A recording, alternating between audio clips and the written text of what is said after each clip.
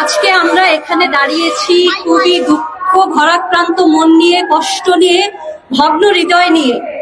আমরা এমন একটা রাষ্ট্রে বসবাস করি যেই রাষ্ট্র একজন শিশুকে শৈশবের নির্মলতা দিতে ব্যর্থ হয়েছে। আমরা এমন একটা রাষ্ট্রে দাঁড়িয়ে আজকে কথা বলছি যেই রাষ্ট্র একজন শিশুকে নিরাপত্তা দিতে ব্যর্থ হয়েছে। আমরা এমন একটা রাষ্ট্রে দাঁড়িয়ে কথা বলছি যেই রাষ্ট্র একজন শিশুকে বাঁচিয়ে রাখতে ব্যর্থ হয়েছে। শুধু তাই না, একজন শিশু মারা যাওয়ার পরে তার অসহায় পিতাকে বিচারের নিশ্চয়তা দূরে থাক, সে বিচারের আশা পোষণ করবে, এতটুকু এই রাষ্ট্র নিশ্চয়তা দিতে পারেনি। আমরা গতকালকে দেখেছি প্রধানমন্ত্রী এই নিহত শিশুর বাসায় গিয়েছেন। যাওয়ার পরে তিনি যথারীতি আশ্বাস দিয়েছেন যে এর বিচার হবে, সুষ্ঠু বিচার হবে। এই পর্যন্ত আমরা কতগুলো ধর্ষণ এবং হত্যার ঘটনা দেখেছি এবং তারপরে শুধু আশ্বাস দেখেছি। আমরা এখনো পর্যন্ত কোনো আশ্বাস বাস্তবায়ন হতে দেখিনি। গতকালকে বাংলা নিউজ 24 একটা নিউজ করেছে, গত 16 মাসে অর্থাৎ 488 দিনে দেশে অন্তত 580 জন শিশু ধর্ষণের শিকার হয়েছে এবং হত্যা করা হয়েছে 483 জনকে। অর্থাৎ গড়ে প্রতিদিন একজনেরও বেশি শিশু, একের অধিক শিশু ধর্ষণের শিকার হচ্ছে এবং একজন শিশুকে ধর্ষণের পরে হত্যা করা হচ্ছে। কেমন সমাজে আমরা বসবাস করছি? এবং এখানে আমাদের স্বরাষ্ট্রমন্ত্রী বলছেন যে এই বিচার চাওয়ার যে দাবি, এই যে বিচারের দাবি, এটা নাকি আবেগমথিত সিদ্ধান্ত, এটা নাকি আবেগ দিয়ে সিদ্ধান্ত হয় না। অনেক কিছু বিবেচনা করে সিদ্ধান্ত নিতে হয়, আমরা বুঝি, কিন্তু আমরা জানতে চাই যে আর কতগুলো ঘটনা ঘটলে, আর কতগুলো ঘটনা ঘটার পরে তাদের মনে হবে যে এখন সিদ্ধান্ত নেওয়ার সময় হয়েছে। আর কত রামিসা মারা গেলে, আর কত আসিয়া মারা গেলে, আর কত ইরা নিহত হলে তারপরে মাননীয় স্বরাষ্ট্রমন্ত্রী মহোদয়ের মনে হবে যে এখন আইন শৃঙ্খলা পরিস্থিতি রক্ষায় পদক্ষেপ নেওয়া প্রয়োজন, এখন আমাদের শিশুদেরকে রক্ষায় পদক্ষেপ নেওয়া প্রয়োজন। আমরা জানতে চাই। আমরা ইতিমধ্যে দেখেছি 10 বছর যাওয়ার পরে, তনু হত্যার 10 বছর পার হওয়ার পরে 3 জন সাসপেক্টেডদের নাম প্রকাশ করা হয়েছিল, আদালত থেকে গ্রেপ্তারি পরোয়ানা জারি করা হয়েছিল, যার একজন কিছুদিন আগে বিমানবন্দর দিয়ে দেশ ছেড়ে চলে গেছেন। নিউজ হয়েছে দেশ ছেড়ে পালিয়েছে। ইমিগ্রেশন পার হয়ে গ্রিন সিগন্যাল দিয়ে দেশ ছেড়ে কেউ পালায় না, তাকে কেউ না কেউ সহযোগিতা করেছে দেশ থেকে ছেড়ে চলে যেতে। এতদিন পরে একটা ধর্ষণ থেকে এতগুলো বছর পরে নাম কিছু সামনে আসার পরেও তারা এই দেশ থেকে নির্বিঘ্নে পালিয়ে যেতে পারে, নির্বিঘ্নে চলে যেতে পারে। আমরা সীতাকুণ্ডে 7 বছরের শিশু ইরাকে ধর্ষণ এবং হত্যার যে ঘটনা দেখেছি, যে নৃশংসতার যে ভয়াবহতার মুখোমুখি আমরা হয়েছি, আমরা সেখানে দেখেছি সিসিটিভি ফুটেজে ধর্ষকের পরিচয় স্পষ্টভাবে দেখা গিয়েছে এবং সে তার জবানবন্দিতে তার অপরাধের স্বীকারোক্তিও দিয়েছে, অথচ তার বিচার আজ অবধি হয়নি। আমরা জানতে চাই আর কত তদন্ত আপনারা করবেন, আর কত প্রমাণ থাকলে আপনারা তারপরে ধর্ষকের শাস্তি নিশ্চিত করবেন। 2025 সালে মাগুরার আসিয়াকে যখন ধর্ষণ এবং তারপরে হত্যা করা হয়, এরপরে আমরা দেখেছিলাম একটা বিচার হয়েছিল, একটা রায় হয়েছিল, কিন্তু সেই রায় আজ অবধি বাস্তবায়ন হয়নি এবং আসিয়ার পরে আরো শত শিশু ধর্ষণ এবং হত্যার শিকার হয়েছে। একটা রায় হওয়ার পরে সেই রায় এখনো পর্যন্ত বাস্তবায়ন হয়নি।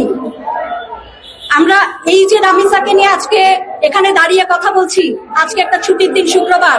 আজকে কথা ছিল এই ছোট বাচ্চাটা বাসায় থাকবে, মা বাবার সাথে খেলবে, আনন্দ করবে, অথচ আমরা এখানে দাঁড়িয়ে তার হত্যাকাণ্ডের বিচার চাচ্ছি, তার সাথে যে নৃশংসতা করা হয়েছে তার বিচার চাচ্ছি।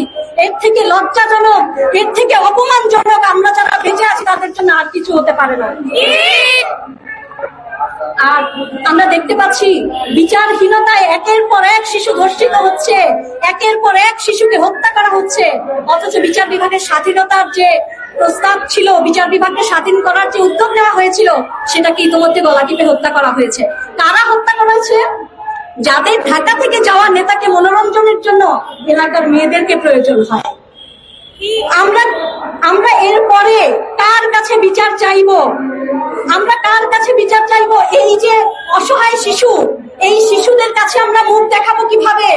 এই যে পিতা মাতা যারা তাদের বাচ্চাদেরকে হারিয়ে আজকে অসহায় ভাবে বলছেন যে আমি বিচার চাই না কারণ আপনারা বিচার করতে পারবেন না, এই অপমান, এই চপেটাঘাত আমাদের প্রত্যেকের গালে যে আমরা তাদেরকে বিচার এনে দিতে পারিনি। আজকে আমরা এখানে দাঁড়িয়েছি, আমরা এখানে কথা বলছি এই কারণে যে এই রামিসার পিতার মতন ভাগ্য যেন কাউকে বরণ করতে না হয়, এবং রামিসার পিতার মতন করে যেন কাউকে এই কষ্ট বুকে চেপে রাখতে না হয়। আমরা চাই এইসব ঘটনার ধারাবাহিকতা বন্ধ হোক। আমরা চাই ধর্ষক এবং নিপীড়কদের শাস্তি নিশ্চিত হোক। আমরা চাই ভবিষ্যতে এ ধরনের ঘটনা ঘটার রাস্তা বন্ধ হোক। আমরা এমন একটা সমাজে বসবাস করি, খুব কষ্ট লাগে যখন দেখি যে একজন ধর্ষককে বাঁচাতে, একজন খুনিকে বাঁচাতে সহায়তা করে তার স্ত্রী। আমরা এমন একটা সমাজে বসবাস করি, খুব কষ্ট লাগে যখন দেখি একজন ছেলে ধর্ষণ করে আসলে তার বাবা টাকা দিয়ে সেই ছেলেকে বাঁচিয়ে নিয়ে যায়। আমরা দেখি যে একজন ধর্ষক সমস্ত প্রমাণ থাকার পরেও কোনো না কোনো লয়ার তাকে বাঁচানোর জন্য ঠিকই দাঁড়িয়ে যায়। এই অপমান আমাদের পুরো সমাজে, এই অপমান আমাদের সবার। আমাদের সমাজে যখন কোনো কেউ ধর্ষিত হয়, অপমান সেই নারীর, অথচ ধর্ষক বুক ফুলিয়ে ঘুরে বেড়ায়, তার বিচার হয় না, তাকে সামাজিকভাবে বয়কট করা হয় না, তাকে বরং তোষণ করা হয়। আজকে যদি আমরা এই অবক্ষয়ের রাস্তা বন্ধ করতে না পারি, আজকে যদি আমরা এই রামিসা, আসিয়া, ইরাদের জন্য বিচার নিশ্চিত করতে না পারি, কালকে হয়তো আমার আপনার সন্তান, আমার আপনার বোন এই ঘটনার বলি হবে। আমরা এরকম দিন দেখতে চাই না। আমরা চাই না আর কোনো রামিসার ঘটনা সামনে আসুক। আমরা চাই না আর কোনো শিশুর নির্মল শৈশব নষ্ট হোক। আমি আহ্বান জানাই সবার কাছে, আসুন আমরা সকলে সোচ্চার হই। আমরা সকলে সোচ্চার হই যাতে বিচার নিশ্চিত হয়, যাতে করে ধর্ষকদের শাস্তি নিশ্চিত হয়, যাতে করে এ ধরনের ঘটনা ঘটানোর সাহস এরপরে আর কেউ না পায়। আসলে আমরা সচেতন হই আমাদের সমাজের সামাজিক অবক্ষয়গুলো রোধ করার জন্য। একজন ধর্ষক, একজন নিপীড়কের পরিচয় সে শুধুই ধর্ষক, সে শুধুই নিপীড়ক, তার আর কোনো পরিচয় নেই। তাকে সেভাবেই সামাজিক ভাবে বয়কট করতে হবে। সেই সাথে আমাদের সকলের, আসুন আমরা সবাই মিলে চেষ্টা করি, আমরা সবাই মিলে যাতে আমাদের শিশুদের জন্য একটা নিরাপদ শৈশব, একটা সুন্দর শৈশব, একটা ট্রমা মুক্ত, হাসি খুশি আনন্দময় শৈশব আমরা নিশ্চিত করতে পারি। রামিসা সহ নৃশংসতার শিকার সকল নারী, শিশু, সকল বাচ্চাদের এই ঘটনাগুলোর বিচার করার দায়িত্ব রাষ্ট্রের, আর সামাজিক ভাবে তাদেরকে একটা সুন্দর শৈশব দেওয়ার দায়িত্ব আমাদের। আসুন আমরা আমাদের জায়গা থেকে সচেতন হই, বিচারের দাবিতে সোচ্চার হই, সেই সাথে আমাদের শিশুদের জন্য নির্মল আগামী করে তোলার কাজ করি। আসসালামু আলাইকুম।